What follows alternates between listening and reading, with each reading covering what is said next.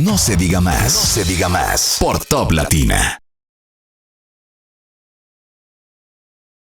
Amigos, estamos de vuelta en No se diga más a través de Top Latina 101.7 y ya estamos acompañados de nuestros amigos de la Oficina Nacional de Estadística, específicamente de su directora Myosotis Rivas. Bienvenida, Myosotis. Hola, Alex. Y Augusto de los Santos, director de Estadísticas Económicas. Bienvenido, Augusto. ¿Cómo están ustedes? Yo me imagino que ustedes, aparte de estar bien, que se les ve que están muy bien, deben estar, pero hasta aquí de trabajo, porque lo que se les viene encima no es fácil, viene pronto. Yo decía al principio del programa de hoy que a finales de año ustedes ya nos contarán de la fecha, se va a realizar el Censo Nacional de Población y Vivienda, o sea que eso no es sencillo, pero bueno, vamos a darle la bienvenida a Myosotis, Augusto. Muchísimas gracias, Alex, encantada de estar aquí contigo en el programa, y sí, bueno, se viene un trabajo arduo, y que ya hemos iniciado el día de ayer con una pinceladita de lo que es poner a la disposición del público el reclutamiento de encargados de polígonos y soportes técnicos, con una plataforma que te digo que creo que la subimos a eso de las 4 de la tarde y ya hoy tenía a las 10:30 de la mañana 6,000 postulaciones. 6,000 postulaciones. 6,000 postulaciones. Wow. Con todo y que mucha gente reportaba, algunos que aquel municipio no aparece, que no sube, que todo ese estrés en el día de ayer, en la noche, que qué pasa, que no sube, y la gente mandándote screenshot y todo, pero sí, así es. Y estamos muy contentos por esa reacción, ¿verdad?, tan inmediata de la gente a este proceso. Ok, pero entonces vamos a empezar precisamente por allí, por el reclutamiento que se inició el día de ayer. ¿Qué tipo de personal están buscando en este momento? Porque entiendo que eso va a ser por fases. Sí, mira, a ver, el reclutamiento inició ya hace un tiempecito, ¿verdad? El de lo que es la estructura operativa, la estructura que está en terreno. Y las primeras personas que se incorporaron fueron 10 regionales, ¿no? Estos van atendiendo y son el facilitador y el que facilita el proceso, ¿verdad?, de la ONS en nuestro enlace en las 10 regiones de planificación. Luego, para este mes de agosto se han incorporado trabajando los encargados provinciales y para el mes de septiembre los encargados municipales. Esos han tenido otra forma de reclutamiento, más bien en coordinación con las gobernaciones o con las autoridades del territorio. Ahora viene de encargados de polígono y de soportes técnicos que tiene que despertar alguna serie de habilidades, como por ejemplo todos los temas de manejo de equipos, de temas tecnológicos, porque el censo, ¿verdad?, va a ser con tecnología. En este grado de encargados de polígono debe de tener algún tipo de ¿cómo se llama?, de carrera universitaria, un tipo de profesional, y obviamente en el caso de los soportes técnicos o soportes tecnológicos tienen que ser del área de tecnología, ¿verdad?, porque son aquellas gentes que nos van a estar apoyando en terreno con que si se daña una máquina, si no sube el programa, ¿verdad?, que un usuario no puede, con aquellas cosas que son como muy de usuarios, ¿no?, de los procesos, y entonces hay un poco, esa es como la cascada. Luego seguiría el proceso de ya masivo, que son todas las personas que van a trabajar en el empadronamiento, tanto empadronadoras o empadronadores como supervisores de segmentos. Sí. Ok, vamos a nosotros nos gusta hablar de manera muy llana para nuestros oyentes. ¿Para qué sirve un censo, Myosotis? Bueno, el censo sirve para muchas cosas, pero yo creo que una de las cosas que uno lo puede decir más rápidamente así es para mejorar la cotidianidad, ¿no? Mejorar la cotidianidad de cada una y cada uno. ¿Y qué quiere decir eso? Bueno, que digamos, si tú eres una persona en un lugar donde necesitas desplazarte muy lejos porque no haya una universidad, porque no haya una escuela, pues se pueden gestionar políticas públicas para acercar los servicios públicos a las personas. Diseñar todo un tema, por ejemplo, también que tiene que ver con las campañas de vacunación, diseñar carreteras donde hay que poner un nuevo hospital, pero también para personas como del sector privado. Un censo sirve para tú manejar el tema de distribución de tu producto, donde tú quieres abrir una nueva sucursal, el marco muestral, que es uno de los principales productos del censo, sirve mucho para hacer investigaciones de mercado, ¿verdad? O sea, hay mucha utilización que se puede dar al censo y sobre todo, una de las más importantes son las proyecciones de población que permiten proyectar la población hasta 10, 20 o 30 años o más, y también es el denominador de muchos otros indicadores que se calculan, como el tema de mortalidad materna, los temas que tienen que ver con fecundidad, entre otros, que son importantes para este proceso. Ahora, Miosotti, las Naciones Unidas recomienda que los países hagan estos censos cada 10 años. En nuestro caso, el último se realizó, entiendo, en el 2010. Por temas de pandemia estamos ya en el 2022, 12 años.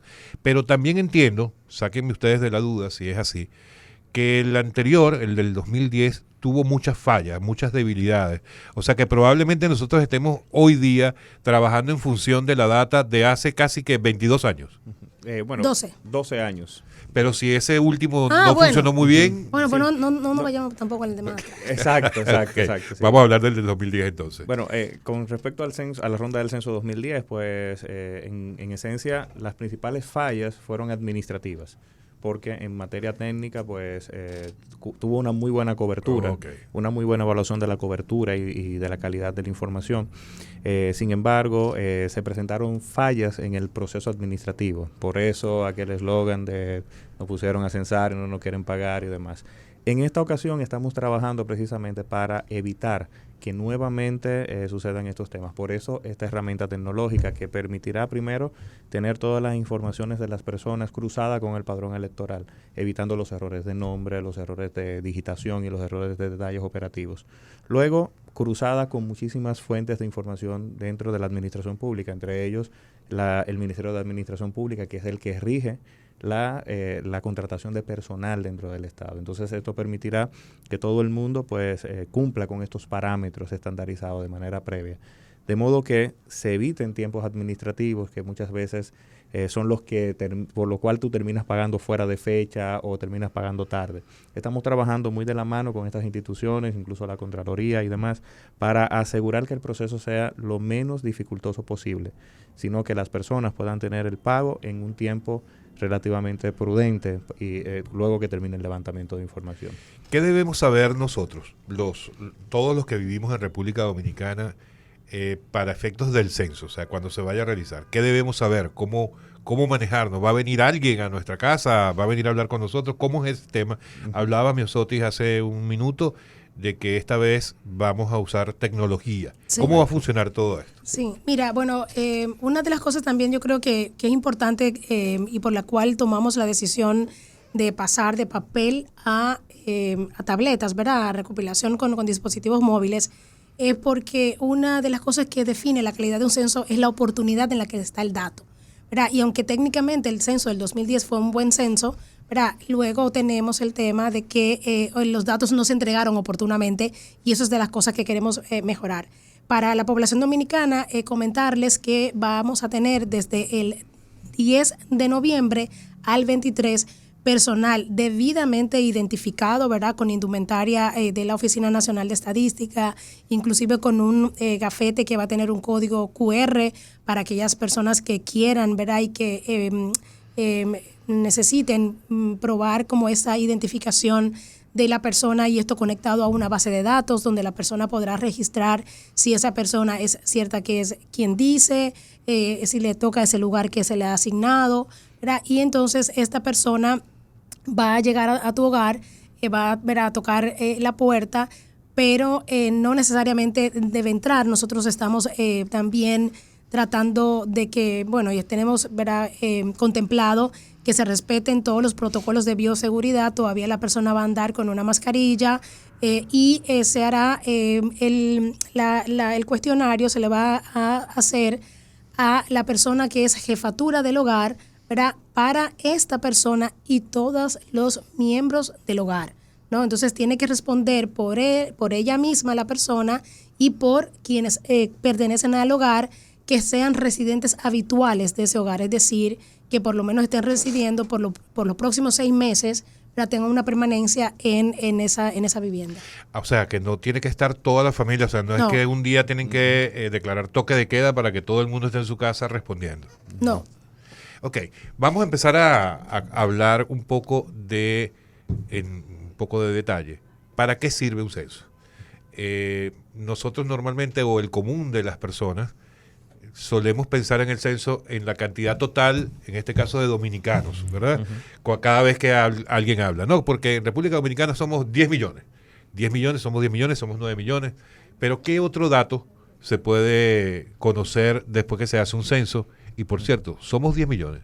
Sí, precisamente eso es lo que vamos a comprobar en esta nueva medición, en esta nueva etapa de levantamiento censal. Identificar cuántos somos.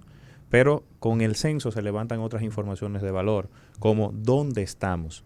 El dónde nos permite construir políticas públicas focalizadas en el territorio, es decir, políticas públicas que permitan desarrollar las personas desde sus lugares habituales de residencia, facilitando entonces el desarrollo local de todos los dominicanos y las dominicanas.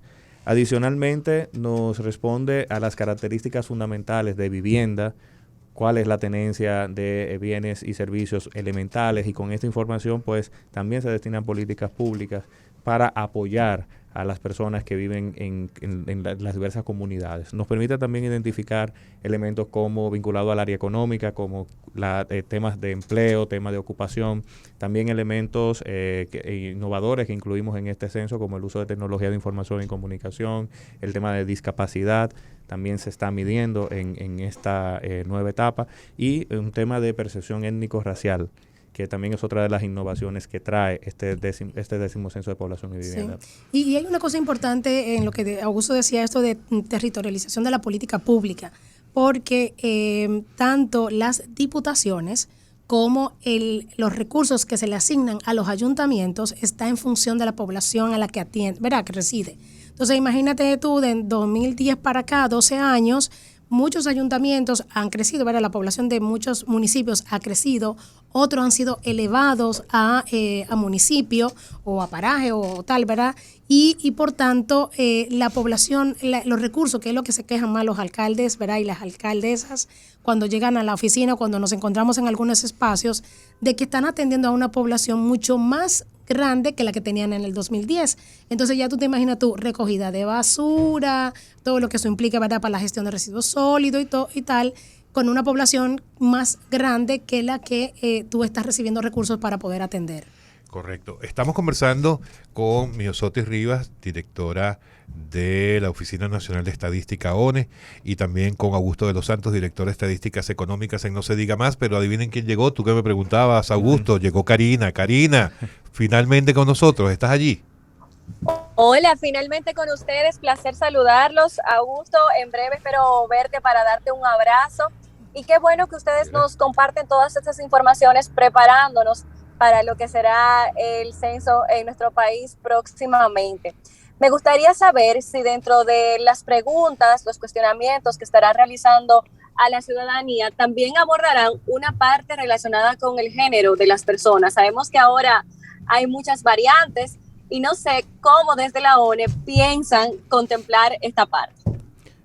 Bueno, Karina, primero un saludo inmenso, de verdad que es un placer estar aquí compartiendo en este lugar a la virtual, distancia. A la distancia, en este lugar virtual de tu trabajo, y un honor poder nuevamente compartir espacio contigo. Bueno, con respecto a la variable que nos pregunta de género, la ronda censal hace recomendaciones, es una recomendación internacional que sigue los parámetros establecidos por las Naciones Unidas. Y las preguntas que se hacen en este momento es de sexo de las personas que viven habitualmente dentro de las viviendas. Entonces, el enfoque en este momento de medición será si es hombre o mujer. Sí, y solo también decir, Karina, y encantada de saludarte, espero también verte, es que, a ver, como decía Augusto, nosotros seguimos las recomendaciones que hace Naciones Unidas, ¿verdad? Y que ciertamente hay un interés de incorporar, porque es un tema de derechos humanos. La realidad también es que de las recomendaciones que se hacen es que los censos no se usen para innovar en materia de preguntas. Entonces, muchas de las preguntas, o sea, la idea aquí es ver cómo pudiéramos entonces, a través primero de las encuestas de hogares, principalmente, o otros instrumentos, estar pues comenzando a probar estas encuestas y cuál es el tipo de la reacción a la gente a dar el dato o no. Entiendo un poco, porque al final de cuentas puede luego redundar en la calidad del dato, porque la gente entonces luego se tranque, no te quiera seguir aportando o cualquier tipo de esas cosas. Nosotros, por ejemplo, con todo el tema étnico-racial, fue una recomendación que nos hicieron lo llevamos a una encuesta primero, que fue la de Hogar 2021, y ya ustedes vieron un poco, lo conversábamos aquí en un momento, los resultados, que solamente un 6.6% de la población se considera negra o afrodescendiente. Entonces son de las cosas que sí también en el marco de Naciones Unidas hay grupos de trabajo, hay países como Argentina que lo han intentado ya en este año, en México también está caminando a eso. Y la idea también, yo creo que eso es muy importante, la comunidad internacional estadística, ir aprendiendo, ¿no?, de estos procesos, cómo van abordando las temáticas para poder entonces incluirla como una variable de investigación. A nivel de recursos, ¿cómo estamos? ¿Podemos estar tranquilos? ¿Cuenta la Oficina Nacional de Estadística con los recursos suficientes? Me refiero al aspecto económico. Para llevar adelante un censo como este o una acción como esta tan fundamental para el país, pero precisamente en una situación en la que no estamos tan bien. Sí, mira, un poco yo creo que hay que siempre decir que un censo es una inversión, ¿no? Una inversión en la cual estamos, ¿verdad?, recogiendo información y que luego de una pandemia cobra mucho más sentido en la mayor granularidad posible. ¿Qué quiere decir esto? Que como yo creo que si tú tienes un puñito de granos de habichuela o de arroz, el censo te permite, ¿verdad?, separarlos y ver la especificidad de cada granito de arroz. Aquel que tiene una manchita negra, que todo eso, ¿verdad? Entonces un poco, eso es lo que permite el censo. Y entonces es una inversión, ¿verdad? Separar, hacer ese proceso de levantar información de cada hogar, de cada persona para caracterizarla, es una inversión importante y es una de los principales digamos que éxitos también que tiene que ver con el censo. Esa voluntad política que se traduce en recursos oportunos, pero no solamente recursos oportunos, tener los recursos, porque tú puedes tener todos los recursos, pero si no hay un tema de una buena gestión, y yo creo que también eso Augusto comentaba, del acompañamiento que tenemos con entidades como Contraloría, la Dirección General de Contrataciones Públicas, Banco de Reservas, el Ministerio de Administración Pública, entre otras, buscando soluciones. Claro, el Ministerio de Economía, Planificación y Desarrollo, que es a quien pertenecemos, y es el primero que le toca ir a pelearse por ahí al ministro, ¿verdad? Es importante saber que todo ese engranaje es importante.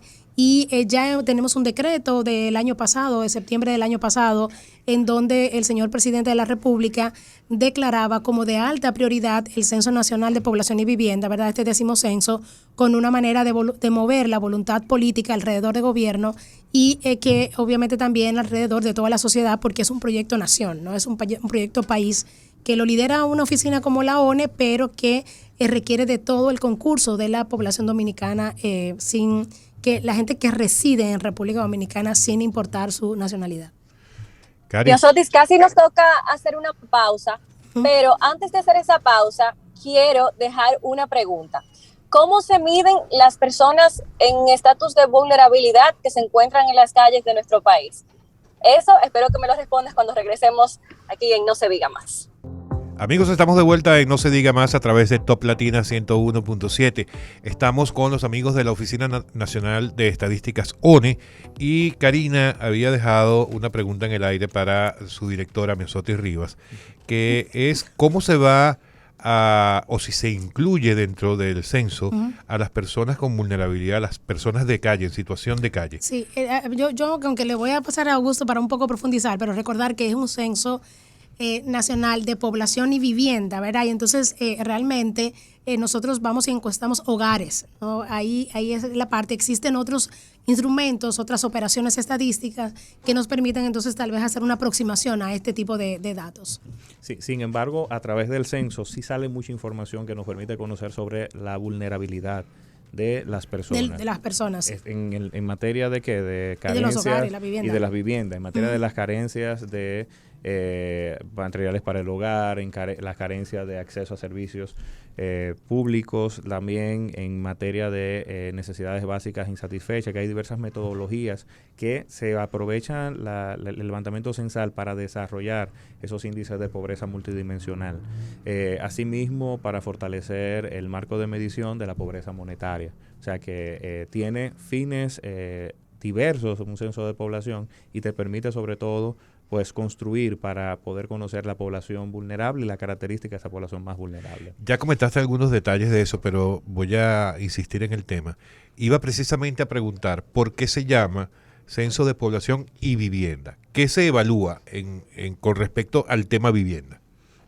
Sí, a ver, el censo levanta información y porque acuérdate que, como decía yo al principio, no solamente es para saber cuántos somos, sino cuántos somos, dónde estamos, cómo nos caracterizamos, ¿verdad? Y entonces, cuando el censo levanta información de la vivienda, primero saber cuántas viviendas tenemos en todo el país, pero levanta información sobre de qué está construida esa vivienda.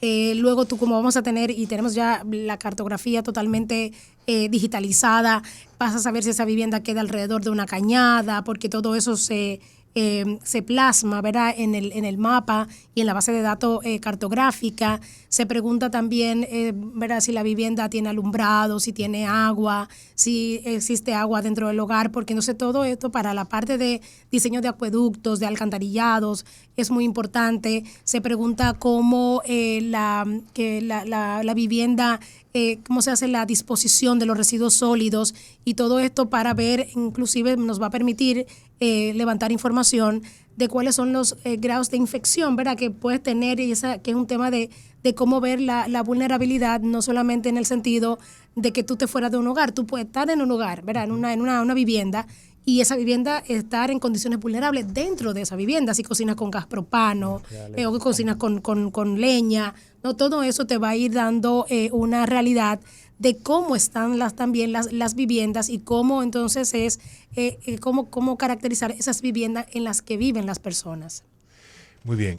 ¿Qué nivel la pregunta sería, el empadronador, que es la persona que va a visitar cada uno de nuestros hogares, debe accesar a la vivienda para verificar lo que le están diciendo las personas, o simplemente le hacen las preguntas a la persona desde la puerta? ¿Cómo va a funcionar eso? Yo no sé si estamos muy tempranos para decirlo, pero cuéntenos ustedes. Bueno, ahorita nuestra directora mencionaba que se está evaluando la posibilidad de que las personas pues no necesariamente introduzcan, al menos que le permitan pasar por los dueños del hogar, o la jefatura del hogar le permita pasar. Y esto por un tema del derecho individual que tienen las personas, y el tema de seguridad que también en un momento como este toma mucha importancia. En los levantamientos de información siempre hay que resguardar ese respeto hacia la individualidad. Entonces, la mayoría de las informaciones sí se puede constatar, pero igual necesita la declaración del informante adecuado, que es la persona que va a declarar por los miembros del hogar, o el miembro del hogar cuando le toque ser encuestado. Entonces, ahí es donde se da como esa disparidad. Normalmente el material predominante es la pared, el dueño del hogar responde, pero ahí están las evidencias que también pueden servir de base para apoyar. Y que es muy importante, Alex, que la gente también entienda que al final toda la persona que va a su hogar va a recibir una capacitación. Entonces no es que, mira, ven acá, camina, mañana necesito que tú vayas al censo. Eso no es así, a levantar información. Esta persona recibe una capacitación y en esa capacitación de las cosas que se le enseña es a cómo preguntar, porque inclusive hasta los tonos en las preguntas pueden o no ser un rechazo a la respuesta. Claro. Entonces, por parte de informante, y que también luego permite temas que luego nosotros podemos revisar, como la consistencia, porque si fuera de la percepción de cada quien, entonces los datos fuera cualquier cosa, ¿no? Y eso es como muy importante también que la gente lo sepa, que vamos a tener personal capacitado para realizar este tipo de entrevistas en los hogares. Yo no sé si me estoy equivocando yendo al detalle mínimo, pero yo creo que la población es importante que conozca al detalle todo lo que ustedes van a hacer, ¿no? En el tema tecnológico, ¿hará falta que el empadronador que va a llegar con su tableta tenga conexión a internet en ese momento? ¿El tema de la falta de conectividad en algunas zonas o regiones del país va a representar un problema o no? No, realmente no. El diseño está creado para que se pueda sincronizar y reportar vía el supervisor. Y las tabletas tienen todo un resguardo que van almacenando la información, y en momentos específicos del día pueden transmitirse hacia el entorno del supervisor, y eso a su vez hacia la oficina central. O sea, la idea, se está diseñando todo el proyecto para que en los lugares donde hay problemas de accesibilidad pues no se afecten. En el momento del día que pueda ya tener acceso a conexión a internet, pues pueda reportar. Sí, y también con Bluetooth. A ver, cada persona, como se distribuye como luego en el terreno, tú tienes por cada segmento censal, ¿verdad? Que es una división que nosotros hacemos en base a la carga que un supervisor puede tener de empadronadores y de empadronadores de vivienda. Las viviendas en el ámbito urbano tienen por lo menos unas 90, un segmento, y en cada segmento va a haber alrededor de unas 5 a 6 personas, ¿verdad? Y esta persona tiene una persona que le supervisa, puede levantar el día completo y luego por Bluetooth en la noche sincronizar con su supervisor, que es el que se va a encargar de enviar a la Oficina Nacional de Estadística, una vez que revise los datos, a nuestra base de datos ya en la oficina central. Muy bien, nos decías al principio que esto va a ocurrir del 10 al 23 de noviembre. Sí. Esos son 14 días. Son 14 días, sí. ¿Y cuánto tiempo después se empiezan a saber o a conocer los resultados del censo? Sí, mira, como te decía, una de las cosas que estamos buscando con este censo es la oportunidad del dato. Y para hacer sobre todo también hay que tener una responsabilidad científica y técnica sobre todo el proceso. Nosotros hemos convenido de que los primeros resultados preliminares se van a dar en el primer trimestre del año 2023. Y esto es relacionado, por ejemplo, población por sexo, y vamos a llegar hasta el nivel de provincia para entregar información, pero luego sabiendo que mucho de esto, aquí la idea pudiera variar mínimamente luego cuando salgan los resultados finales, pero la idea es compartir la información, pues que la que más se demanda en principio de estos tipos de operativos censales, y de los cuales nosotros estamos entonces desde ya inclusive trabajando con temas de plan de tabulación, de ser como muy innovadores a la hora de dar yo decía el otro día que como hablábamos del plan de difusión, dijeron, no, y vamos a publicar tanto volumen. Y digo yo, pero yo lo que siento que me están dando como con un libraco. ¡Bum! Volumen. Y no, yo, o sea, cómo hacer también cosas mucho más dinámicas, aprovechar todo el tema de la tecnología, también para la difusión de los datos, y que es algo de que como oficina también ya estamos mirando y diseñando las estrategias para ello. Qué interesante que en este punto, en este nuevo censo con tantas posibilidades a nivel de tecnología, también ustedes están evaluando la posibilidad de entregarle a la población la información de una manera más digerible, que es lo que necesitamos, quizás cápsulas cortos con las informaciones. Sí, tú sabes que lo que pasa es, y eso como ha sido como, ¿verdad? Yo creo que estamos evolucionando no solamente nosotros como sociedad, sino también a nivel internacional y de la comunidad de América Latina, por la que me toca más como relacionarme. Era que las estadísticas estaban vistas para aquel profesor o profesora de investigación que quisiera bregar con todos esos datos y que fuera demasiado curioso, que es lo que anda buscando ahí. Pero hoy en día, pues nosotros nos movemos con los datos, tal vez no los oficiales, pero digo, en un país tan beisbolero como este, tú sí vives pendiente. Yo cuando viene la temporada me sé todos los numeritos de todo el mundo, ¿verdad? Claro. Entonces igual cuando tú te mueves por Waze es data colaborativa, ¿verdad? Que utilizamos. El que juega los números de la lotería también lo hace en base a que cuánto salió, tanto, cuál es la probabilidad de que salga. Eso es estadística también. Me llama la atención, o sea, dentro del universo de preguntas que tiene el censo, ¿cuál es la pregunta que ustedes dirían que es la más curiosa de todas? Que puede resultar curiosa para la población.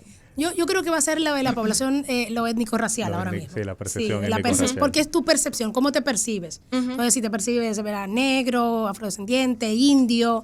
Entonces, eso, nosotros lo hicimos en la ENOGAR y hay gente que, como había otros, gente que dijo que se consideraba rosada.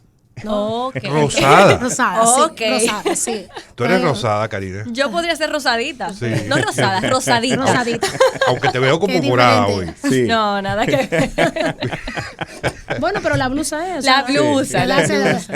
Soti, pero hablando de eso precisamente, recuérdanos el dato de la encuesta de ENOGAR en ese aspecto. El 6.6% de la población se considera negro o afrodescendiente. El 6. 6.6%, sí. Pero ven acá. ¿Qué tú te consideras? Negro. ¿Seguro? Claro. Sí, hay que hacer un trabajo. Yo creo que la encuesta lo que te está mostrando, y vamos a ver con el censo, de hacer ese trabajo de reconocimiento, ¿verdad? Luego también va a ser importante caracterizar esa población, ¿verdad? ¿Cuál es la realidad de ese 6.6% que estudia, no estudia, abandona, tiene acta de nacimiento, no tiene? De los datos que se están levantando en la ENOGAR 2021, o que se levantaron, ya estamos dando resultados, está todo este tema también relacionado con discapacidad. Esa probabilidad o esa posibilidad de cruzar esos datos con otros temas va a ser muy, muy rico. Y como yo digo, a nosotros nos toca poner los datos ahí. Ahí está la piscina, ¿no? Entonces, que la gente vaya y nade y se embulle, que hay muchos datos. Yo lo que espero es que nuestros gobernantes, nuestros funcionarios sepan qué hacer con esa piscina que ustedes van a poner. Que naden. Que naden, que tiren para adelante con toda esa información, porque para algo será. Ahí esta mañana veía un reportaje sobre los niños con autismo, que cada día se hace más difícil conseguir el ingreso a las instituciones que trabajan con este tipo de discapacidad. Entonces, es importante que nuestras autoridades también sepan el compromiso que van a asumir después que ustedes emitan todas esas informaciones. Así es. Así es. Y precisamente es parte de lo que nosotros estamos apostando, a democratizar la información, a que el usuario pueda de diversas maneras servirse.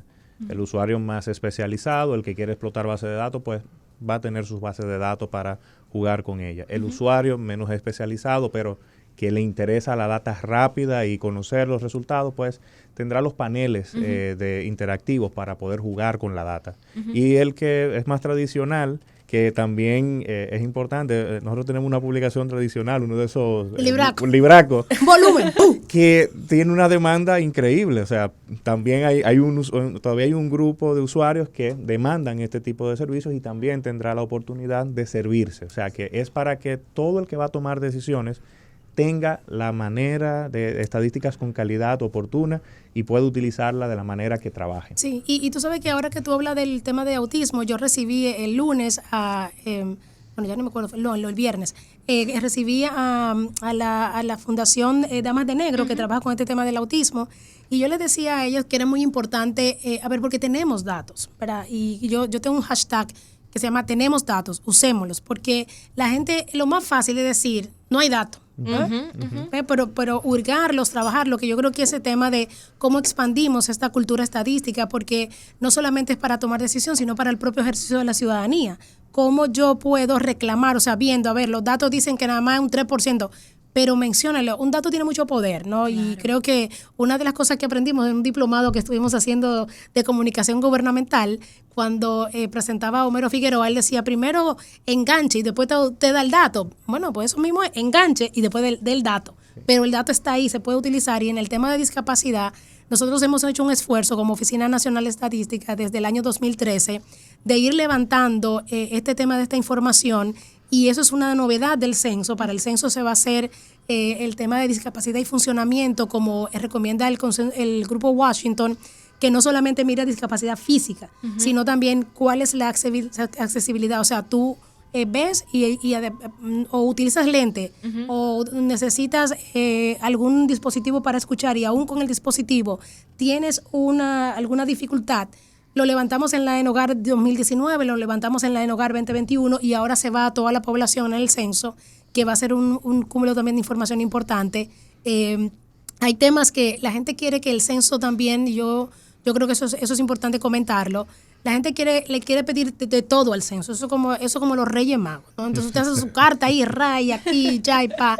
Pero el censo, después de todo, también, así mismo como Santa Claus y como los Reyes Magos, son limitados, no pueden ya a traer todos los regalos que uno quisiera, no tienen que venir por parte. Y que también hay, además de eso, existen diferentes... La vieja Belén, por ejemplo. Exacto, que le puede dejar que esas son las encuestas. O sea, lo que no le trajo el censo se lo puede traer una encuesta, y es sobre todo para profundizar mucho más en información, porque recuérdense que el censo, al ser un operativo masivo, universal, acotado en tiempo, este censo va a ser de 14 días, anteriormente fue de 7, una encuesta tiene 2 meses en terreno y permite sobre todo a ese hogar que fue seleccionado dentro de la muestra para investigarlo, que una pueda volver todas las veces que sean necesarias hasta que una consigue la persona. En el censo son 14 días, si en tú en 14 días no conseguiste, puedes tener un tema de recuperación de la cobertura por unos 3 días, ¿no? Y ya, paré de contar, ahí se terminó la cosa, ¿no? Entonces esas son también de las bondades que hay que saber de todas las operaciones estadísticas que tenemos. Pero con lo que acabas de decir me surge una inquietud y me gustaría, porque estoy seguro que también a nuestros oyentes les va a interesar el tema. ¿Qué diferencia hay entre una encuesta y un censo? Entiendo que en el censo no es un tema porque cuando uno sabe de una encuesta le dicen a uno, bueno, esa fue una muestra representativa. Y eso tiene un margen de error del 5, sobre todo en temas políticos. Que si el PRM, el PLD y la Fuerza del Pueblo, todos tienen 40% y entonces uno no sabe cómo se llega al 120, ¿no? Sí. Entonces, en el caso del La censo, diáspora. exactamente, en el caso del censo, no, ahí es 100% la muestra. Sí, ahí es pues el instrumento estadístico. A ver, cuando tú haces una encuesta, fíjate que te dice, es representativo a la población. ¿Cuál es esa población? El elemento censal que tú utilizas. El censo te permite contabilizar y caracterizar a toda la población, pero tú tienes variables elementales que son las que tú puedes perseguir, esas 70 preguntas elementales que tú puedes darle seguimiento. Luego, tú a través de una encuesta diseñas una muestra representativa de esta población, de modo que estén incluidas todas las características que tú quisieras identificar en estos levantamientos especializados. Por ejemplo, sexo, que tenga una representatividad por sexo, por grupos etarios, por ubicación geográfica, que también son variables de segmentación importantes. Y luego, con esa muestra que la tomo de toda la población que tengo referida en el censo, yo extrapolo la realidad de lo que pudiera ocurrir en la población total. Por eso tiene un nivel de error. Mientras que el censo tiene un nivel de cobertura que es diferente. Correcto. Vamos a hacer una brevísima pausa y ya volvemos entonces con nuestro segmento final en No se diga más.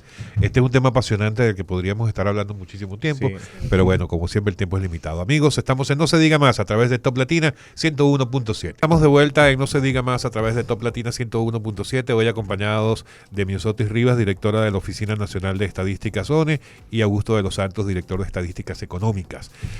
Antes de seguir la conversación, Cari, ¿tú tienes una noticia? Sí, antes de continuar la conversación, señores, una noticia de último minuto, y es que Rochi saldrá en libertad tras variarse su medida de coerción.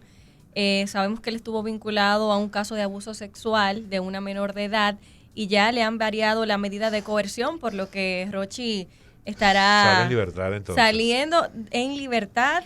Sabemos que José Martínez Brito es uno de sus abogados. Ojalá podamos tener contacto con él en algún momento. ¿Y habrá sido por Martínez Brito? Bueno, tú te imaginas, nuestro compañero muy duro ahí, ¿eh? No, y si no fue por él, va a decir que fue por él. Vamos a esperar si se conecta con nosotros antes de las 2. Le variaron la medida por una garantía económica de 2 millones de pesos y presentación periódica. Esa ha sido la variación que ha dado el juez Marlon Espinosa del cuarto juzgado de Santo Domingo Este. Muy bien. Bueno, bien por él, por supuesto. Sí. Y por Martínez Brito, su abogado. Así que... Bueno, vamos a continuar entonces con nuestra conversación. Y hablábamos hace un ratito de datos. Lo importante, yo siempre escucho que lo importante cuando hablamos de estudios, investigaciones, no es en sí el dato, sino la interpretación que tú le des. ¿Ocurre lo mismo en el censo? A ver, ocurre con todos los datos, ¿verdad? O sea, yo cuando estudié economía recuerdo que había un librito que uno utilizaba para las estadísticas que se llamaba Cómo mentir con estadística, ¿no? Entonces, así inclusive la gráfica, tú dependiendo de cómo la manipules, pero en el caso nuestro, como te digo, la gente sí puede, ¿verdad?, confiar, sobre todo que estamos haciendo todos los esfuerzos para levantar un dato de calidad, pero también para entregar un dato de calidad.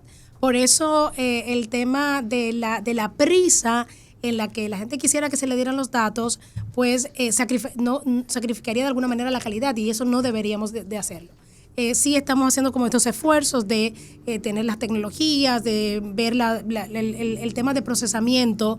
Ahora mismo se reduce bastante, inclusive en el caso de planificación del censo, cuando nosotros llegamos en el 2020, que ya casi hace 2 años, el censo estaba pautado para levantarse en papel. Y viendo todo lo que eran los avances a nivel internacional, teníamos una escuelita con el ministro anterior, Seara Hatton. Nos reuníamos todos los jueves de 5 a 7 por 2 meses, viendo todo lo que eran las novedades en materia de censo alrededor de América Latina y del mundo. Tuvimos inclusive en algunos momentos presentaciones sobre Asia y África. Y lo que vimos era cómo en este proceso, anteriormente, como que una de las cosas que tú reduces con la tecnología es que algún número mal que no se interprete, porque luego tú tenías la boleta, esa boleta iba y se escaneaba, ¿verdad?, para entonces luego digitalizarse, y eso era todo un proceso de codificación que ahora con la tableta tú te lo ahorras, y por tanto vamos buscando que sea un dato mucho más consistente y mucho más cercano a la realidad de lo que se levanta, ¿no? También con el proceso de pautas de validación, Sí. que aquí tú lo tienes en el mismo campo y Y puedes positivo. corregir y puedes Claro. pedirle a la persona aclaración. Diferente cuando tú te llevas la boleta y luego te das cuenta, pero yo marqué a un hombre pero que estaba embarazado. Sí. Entonces, en Claro. este caso ya tú tienes todas una serie de pautas de validación que tú en el mismo lugar puedes confrontar al Correcto. informante. Ahora que mencionas lo de la validación, Augusto, yo sé que ahorita el mismo Alex preguntaba si tenían que ingresar al hogar, si tenían que verificar todo, pero quiero saber si los ciudadanos deben aportar alguna documentación oficial, por ejemplo, cédula de identidad, acta de matrimonio, o sea, ¿qué ustedes van a pedir de documentos oficiales? Mira, para responder no se pide nada, o sea, solamente que tú tengas la disposición a responder. Pero este censo, sobre todo tomando en cuenta que queremos movernos a tener información, y eso la pandemia lo ha dado tan claro, información oportuna, rápida, ¿verdad? Y continua, es ir migrando a fortalecer los registros administrativos.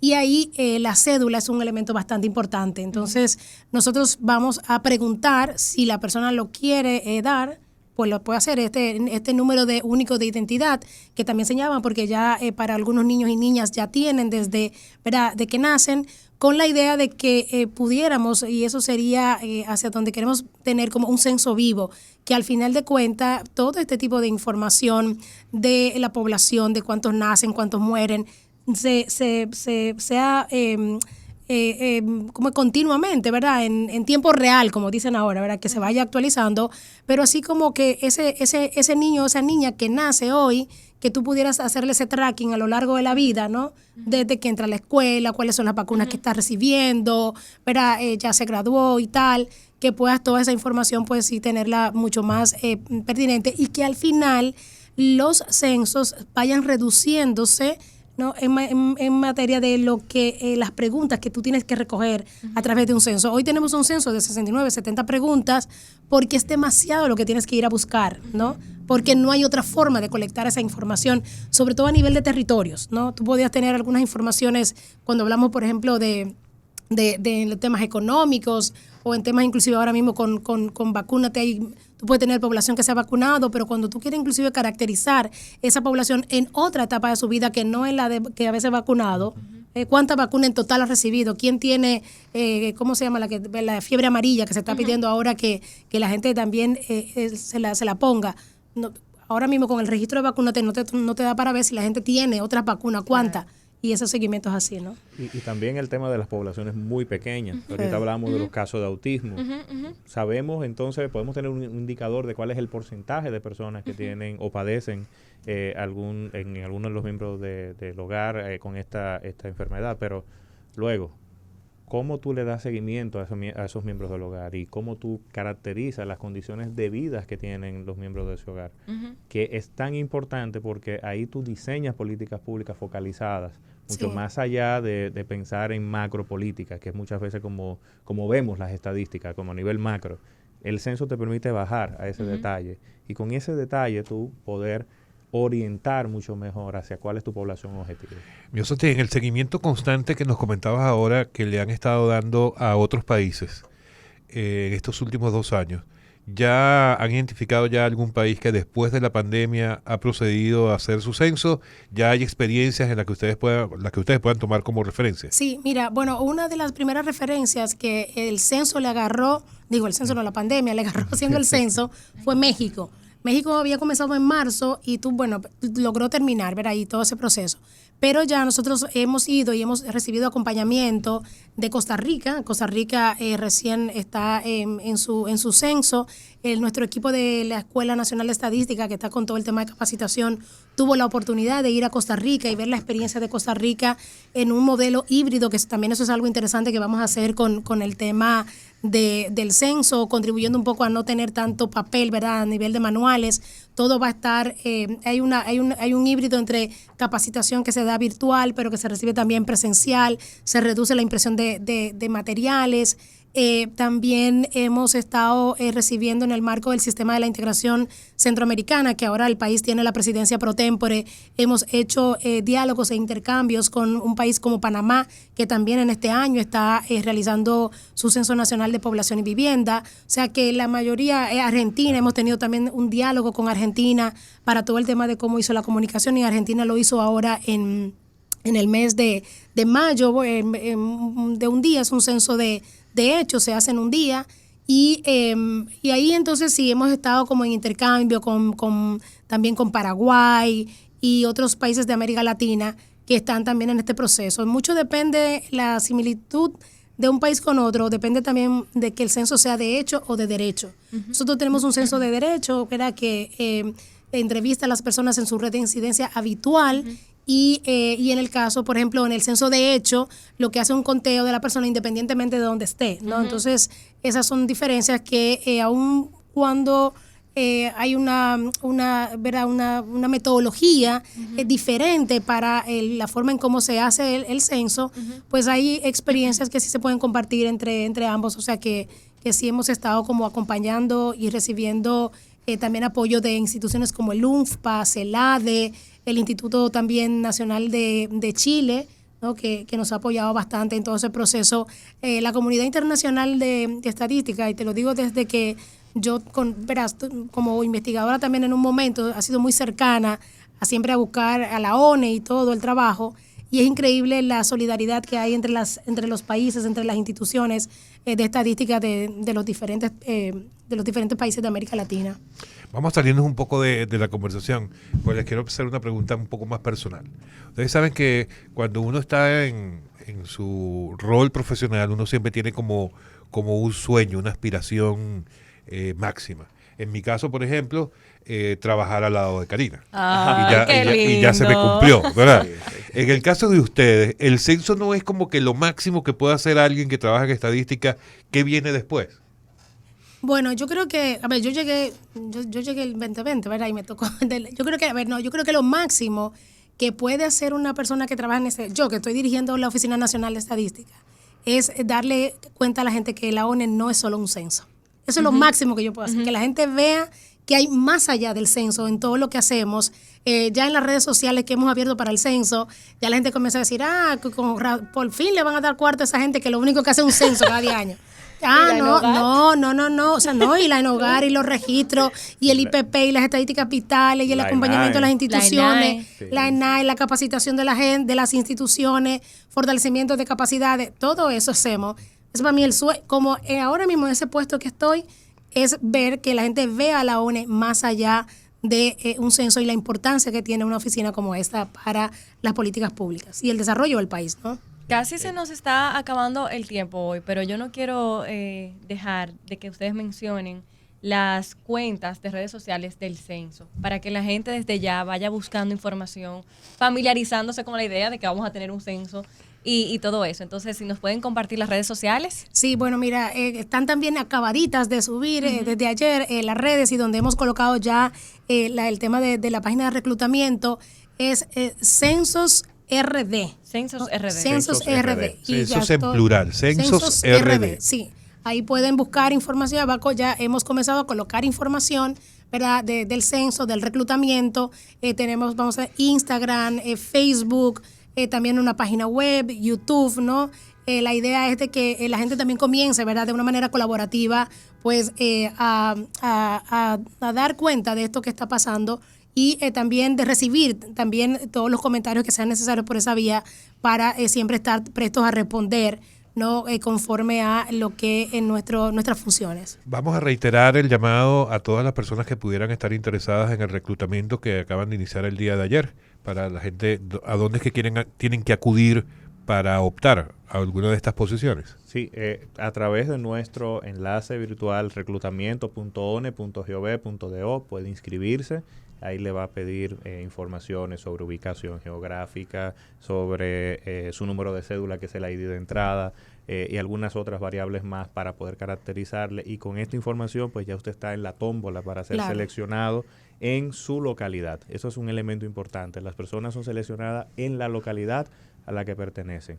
Y esto para facilitar la apertura de las puertas de los miembros de la comunidad, para facilitar también la movilidad, que todo el mundo sea contado, que todo el mundo sea identificado, que todos los callejones sean claramente recorridos. Entonces, les motivamos a que entren, puedan participar desde ya, inscribirse, y en los próximos días, pues en función de su perfil, serán llamados tanto para las posiciones de polígono o para la posición de supervisor o empadronador. Sí, y muy importante decir que nosotros esta base de datos se cruza con la base de datos de la Junta Central Electoral y de la Procuraduría General de la República, en donde verificamos si la cédula, ¿verdad?, es la correcta, la persona que dice que es y tal, y también se verifica que no tenga antecedentes penales, que es muy importante para esto. Y un dato importante que la gente siempre pregunta, lo veníamos hablando con Augusto cuando veníamos para acá, es el de que si yo soy empleado público, ¿puedo trabajar o no puedo trabajar? Entonces, como dicen en las páginas, estamos en construcción, porque es algo que estamos investigando. La ley no permite que una persona sea remunerada doblemente por el Estado dominicano, pero nosotros estamos viendo, porque sabemos que muchas personas que ya han trabajado en otros censos, que tienen la experiencia, están en disposición de hacerlo nuevamente, pero están empleadas en el sector público. Pues entonces ahí la idea es contar con un apoyo para que esto no sea así, pero necesitamos un tema de que no que esté acorde con la ley de función pública. Por supuesto, cumplir con la ley. Sí. Bueno, mira, se nos fue el tiempo, se nos fue rapidísimo, no nos queda más que agradecerles tanto a Miosotis como a Augusto su presencia el día de hoy, y para terminar, una nueva invitación. No sabemos si con las ocupaciones de ustedes de aquí a la fecha del censo no nos vuelven a visitar, ojalá que sí, pero entonces una invitación final a que todo el mundo contribuya. Sí, yo creo que una de las cosas que yo leía hoy en el editorial del Diario Libre, que nos gustó mucho, era que decía que la población dominicana, como lo ha hecho en otros momentos, va a dar la información. O sea, esa colaboración que necesitamos de la población dominicana a dar la información. No tiene que abrirnos la puerta, lo puede hacer por la rejilla, ¿verdad? Entonces, la ventana, donde usted quiera, pero dar la información y que nosotros confiamos en que, como en otros momentos la población ha estado dispuesta y lo está dispuesta, por ejemplo, con la En Hogar, que la que terminamos ahora, la 2022, la tasa de respuesta fue de un 88.5%, pues la gente siempre va a estar respondiendo, ¿no?, al llamado que hace la Oficina Nacional de Estadística. Claro que sí, ya lo saben, amigos, el Censo Nacional de Población y Vivienda del 10 al 23 de noviembre de este año, finales de año. Muchísimas gracias, Miosotis Rivas, directora de la Oficina Nacional de Estadística ONE, y Augusto de los Santos, director de Estadísticas Económicas. Muchísimas gracias por estar con nosotros. Gracias. Karina, ¿y entonces? Bueno, Alex, nos toca despedirnos, pero antes, como ya es hora de que tú y yo almorcemos, tú no sabes lo que le pasó a un pasajero que se transportaba a Indonesia. Él llevaba un McDonald's en su equipaje. Un pasajero australiano se metió una hamburguesa de McDonald's en su equipaje y adivina qué recibió como recompensa. ¿Qué? Una multa de $1,800. Oh. Nada más y nada menos, señores. Yo que pensaba ir a comer ahí. Bueno, cuidado si piensas salir del país con el McDonald's también. Amigos, muchísimas gracias por acompañarnos una vez más, como siempre. Ya saben, Martínez Brito no estuvo con nosotros porque estuvo liberando, contribuyendo a liberar a Rochi. Y Lorena ya nos acompañará el día de mañana. ¿Será hasta mañana? No se diga más. Bye, bye. No se diga más. No se diga más. Por Top Latina.